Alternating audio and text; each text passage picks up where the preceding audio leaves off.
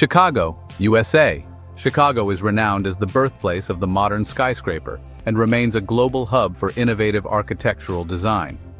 The city's skyline is a stunning blend of early 20th century giants like the Willis Tower, formerly known as the Sears Tower, and groundbreaking modern structures like the Aqua Tower by Jean Gang. This architectural evolution has earned Chicago its reputation as a living textbook of skyscraper development.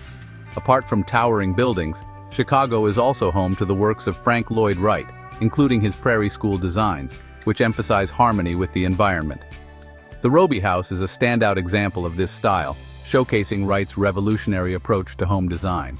The city's architectural prowess extends to public spaces as well, with landmarks such as Millennium Park and its iconic Cloudgate sculpture nicknamed the Bean, creating a unique blend of art and architecture. Chicago's architectural diversity doesn't stop at modernity. It also embraces classical styles with structures like the Chicago Cultural Center and the Rookery Building featuring intricate designs and ornamentation.